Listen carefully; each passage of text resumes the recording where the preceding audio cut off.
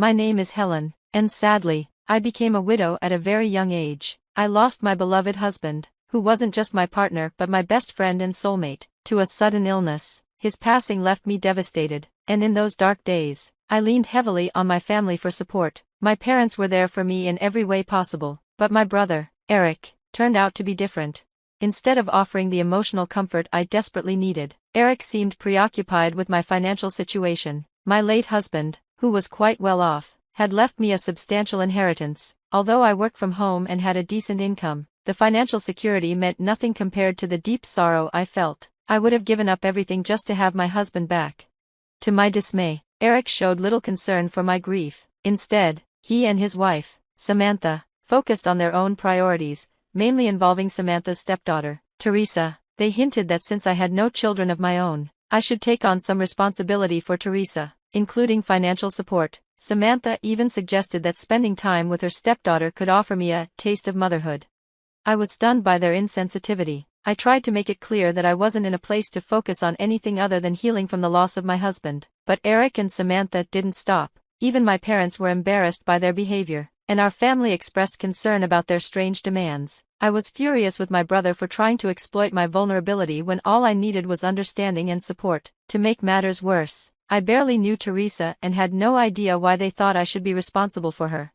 As time passed, their pressure only increased. They began frequently asking me for money and implying that since I had no children, I should be contributing more. The constant nagging eventually pushed me to my breaking point. One day, I firmly told them to stop trying to make me take on their responsibilities. Teresa was their child, not mine, and I had no obligation to care for her or provide for her. Eric and Samantha were relentless, continuing to harp on my financial situation, but I stood my ground. I made it clear that my wealth did not give them any entitlement to my money, and I refused to be guilted into doing something that wasn't my responsibility. After I confronted them, they finally backed off, likely realizing that even our family was losing patience with their selfish behavior.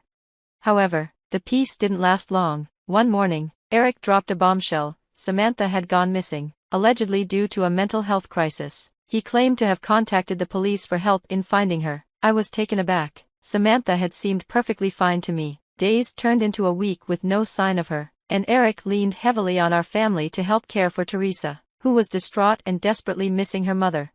Our family took turns comforting and looking after Teresa during this difficult time. With summer break underway, she needed a babysitter whenever Eric left for work. After a few days of juggling things, Eric approached me with a request. He explained that Teresa, being so young, needed a mother figure, and he was reluctant to leave her with a babysitter all day. He expressed concern over how much Teresa cried for her mom and asked for my help. I understood his dilemma and acknowledged how hard it must be for Teresa without her mother. Despite my mixed feelings about Samantha, I agreed to step in. Eric expressed gratitude, mentioning Samantha's struggle and how important it was for Teresa to have some stability. I assured him I would do my best to care for her until the situation improved. Soon, Eric began dropping Teresa off at my house whenever he went to work. He reassured me that Teresa was well behaved and wouldn't cause much trouble. I was happy to help, allowing Eric to focus on his job without worrying about Teresa. Initially distressed, Teresa quickly adapted to my home. I provided meals and toys, easing some of Eric's financial burden. As the days passed, she settled in, expressing happiness about her time with me, which made Eric relieved. Our arrangement turned into a routine, with Eric picking Teresa up after work. What began as a temporary solution gradually evolved into a more permanent arrangement. One day, Eric approached me, thanking me for being such a positive influence on Teresa. Despite my issues with Samantha, I prioritized Teresa's well-being and continued to support Eric in this unexpected journey of caring for her. However, one day, Eric said, "Helen, I have some upcoming business trips, and we still haven't found Samantha. I think it might be best for Teresa to stay with you full-time for now. You have the space, and she loves being with you. It wouldn't be a bother at all. I need to focus on work and continue searching for Samantha, and having Teresa around is a distraction." I was taken aback. "Eric, you can't just spring this on me. It's absurd to expect me to take her full-time. She should be with her father during this challenging time, not shipped off to me. That's not responsible parenting." "I know it's a lot to ask, but I'm doing what I think is best for Teresa right now," he insisted. "Please think about her well-being. It's only temporary. Once I sort things out, I'll take her back, and you won't have to worry about her anymore." Despite my annoyance, Eric continued to plead, even involving our parents and extended family, who pressured me to take Teresa in. Feeling overwhelmed, I reluctantly agreed. Eric was pleased, and slowly, Teresa transitioned into my home permanently. I prepared one of the spare rooms for her, adding furniture and providing her with toys and clothes. She was happy and seemed to fit right in. As I developed a close bond with Teresa, she began to see me as a parental figure. It was during one of our chats that she revealed a troubling family secret. "You are so nice, Aunt Helen. I love you a lot. Dad says that you love me too." "I do love you a lot, Teresa. You're like my own child," I assured her. During our conversation, she shared how much she enjoyed being at my house, mentioning that her mother liked visiting and even suggested a future where we could all live together. Confused by this revelation, I questioned Teresa about when her mother had discussed this plan with her. "She tells me almost every day, Helen. She said not to tell you, but I feel bad keeping secrets. Mom doesn't want you to know that she's here." As the shocking information sank in, I realized that Samantha had been visiting my house, thanks to the set of keys Eric had given her for Teresa's visits. The calculated deception from both Eric and Samantha left me in disbelief. "Why is your mother pretending to be missing?" I asked, needing clarity. Teresa explained that Samantha had orchestrated this ruse to create the illusion of her absence. Allegedly, she wanted me to take Teresa in as my own, believing that my financial stability and lack of children made me the perfect guardian. The magnitude of their manipulation was overwhelming, and I felt a deep sense of betrayal from my brother and his wife. "To what extent is Eric aware of this?" I probed. "Is he helping your mom too?" "I know Eric wants you to take care of me. I like being with you, and I was just curious," she said innocently. "They told you to keep this from me, didn't they? But you love me, so you shared it all," I replied, touched by her honesty. "Thank you for trusting me." I felt a mix of anger and hurt. I wanted to confront Eric, to tell him how manipulated I felt. They had exploited my kindness to gain access to my resources and toyed with my emotions. I couldn't believe how low they had sunk. It made me sick. They lied to everyone to make Teresa their ticket to my wealth. But first, I needed to catch them in the act. I informed my housekeeper about what was happening and asked her to keep an eye on things. She was embarrassed that someone had been sneaking in unnoticed, but I reassured her it wasn't her fault since Eric had given Samantha a key. Together with Teresa, we devised a plan to put an end to their charade.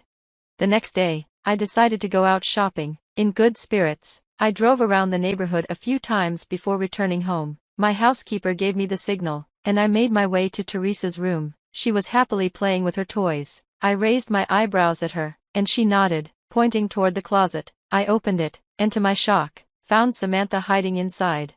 Her face went pale when she saw me. "What are you doing in my house? Hiding in my closet?" I demanded.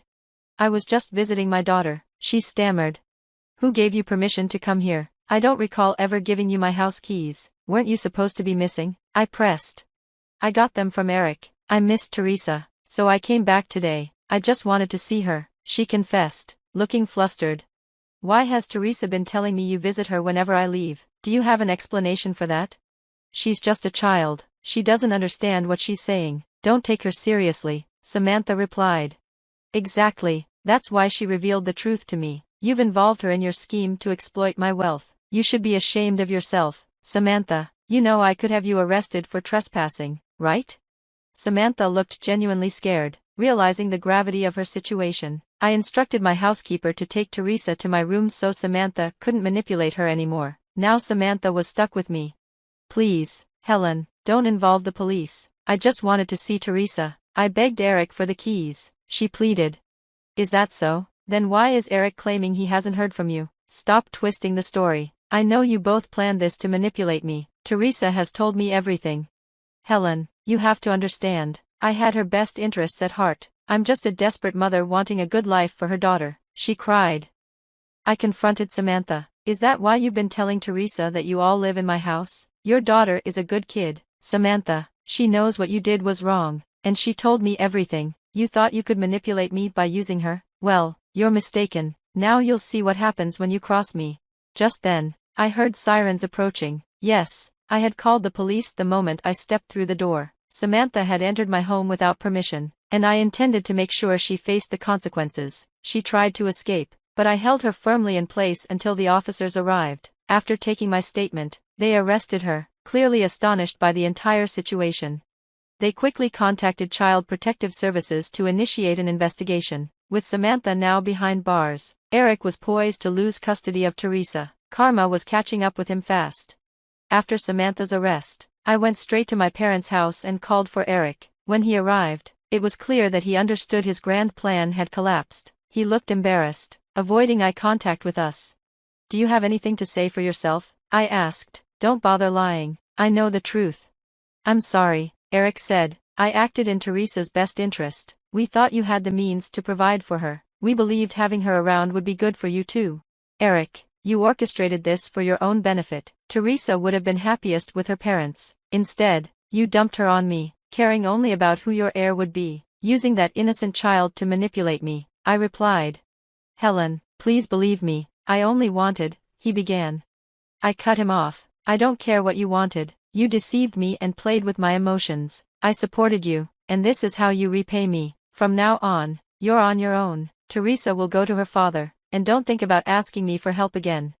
Eric was taken aback, attempting to apologize and enlist our parents' support, but they firmly rebuked him. They expressed their betrayal, vowing to expose both him and Samantha for their deceitful actions. After an hour of heated conversation, they unceremoniously kicked Eric out. He later showed up at my door, pleading for forgiveness. His legal troubles had escalated. With CPS now involved, Samantha was likely to lose custody of Teresa to her ex-husband. Without any savings to secure her release, Eric found himself in dire straits. Her ex was already on his way to pick up Teresa, who remained in my care for the moment. I told Eric he and Samantha deserved the consequences of their actions and shut the door in his face. It seemed no one was willing to support them any longer, leaving them isolated and facing a looming lawsuit. Meanwhile, Teresa was reunited with her father, who expressed his gratitude for the care I had provided. While I occasionally kept in touch with the young girl, my life gradually returned to its previous state.